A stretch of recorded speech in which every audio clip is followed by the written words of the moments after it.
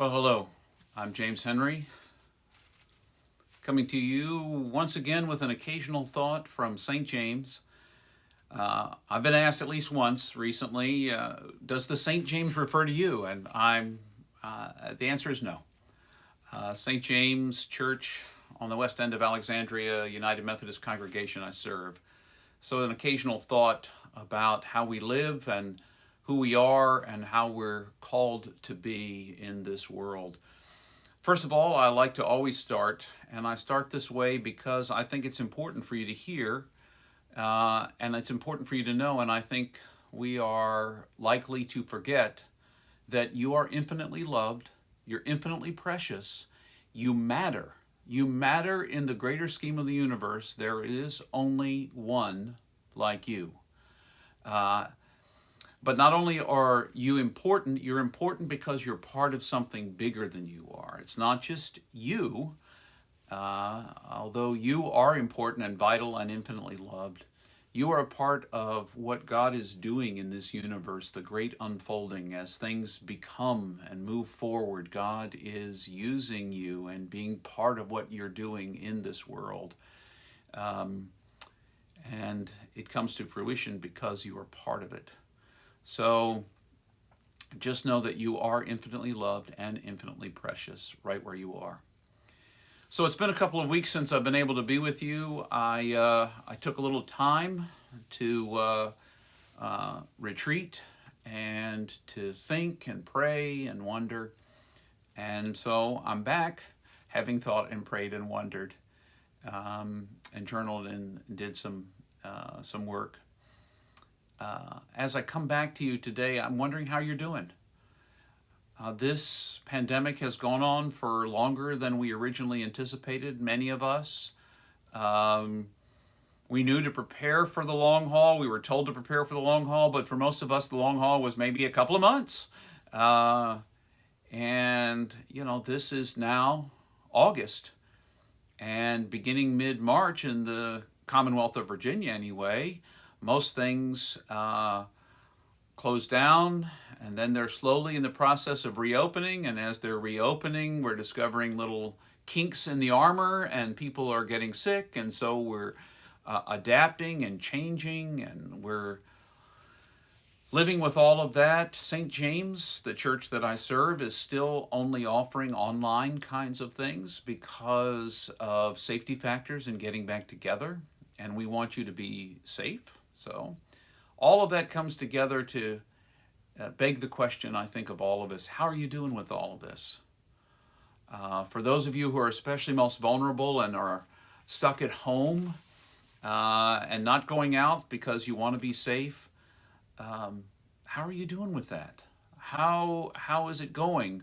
Is it starting to creep on you? Is it starting to creep up your nerves and you're beginning to be overwhelmed? Well, today I want to talk about a practice.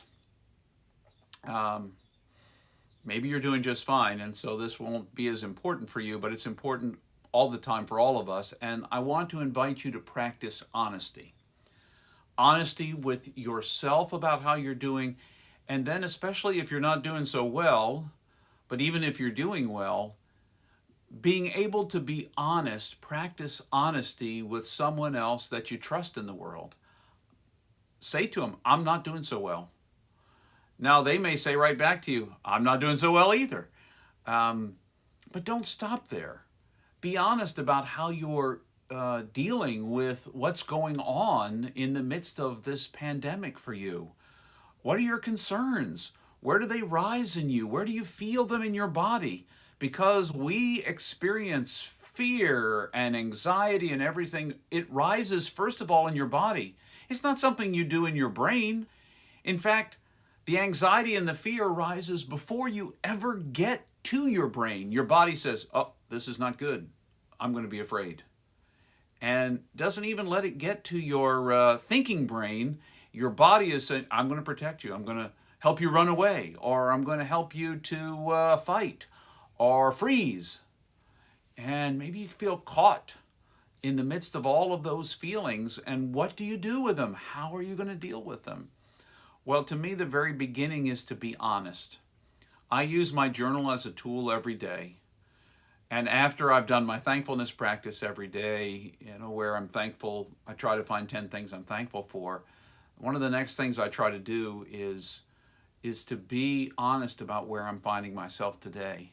Because as I am honest about where that is, I can begin to figure out where that's coming from.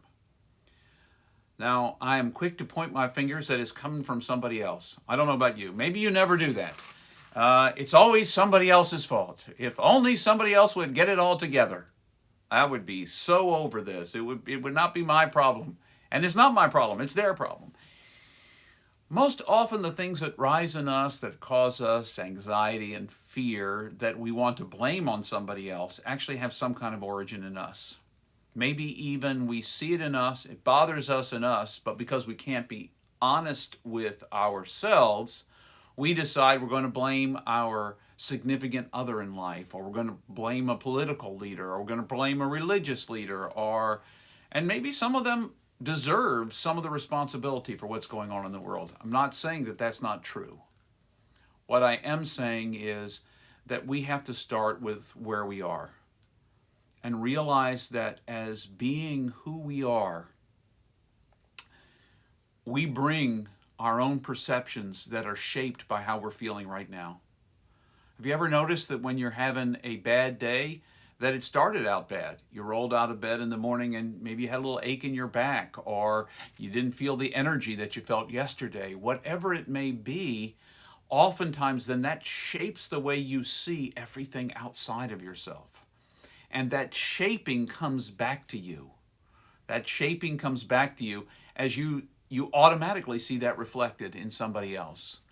That thing that irritates you about the day, or that thing that bothers you. So I want you to develop the practice of being honest with yourself. And you can, one of the things that happens with my watch these days, I sometimes think I'm going to turn that off, is it chimes for me every hour. Lets me know that it's 9 a.m., 10 a.m., 11 a.m. Now, it doesn't say that. It just got a little chime. And when it has the little chime, it reminds me, it tells me, it says to me that it's on the hour. And on a good day, when I'm paying attention, I'm mindful, I will use that chime to remind me to do something like pray, or to check in with myself. How am I doing right now? How am I feeling inside? What things are coloring my perception of the world?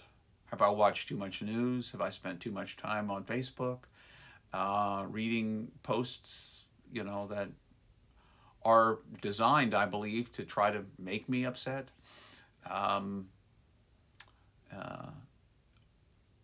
What is going on?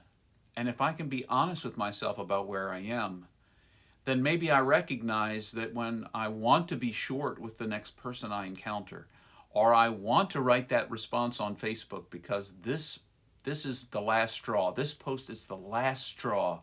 No matter what side of any argument you're on, this post is the last straw, and I am going to respond. And you're not really responding, you're reacting. It's a whole different thing, but that's another post on another day.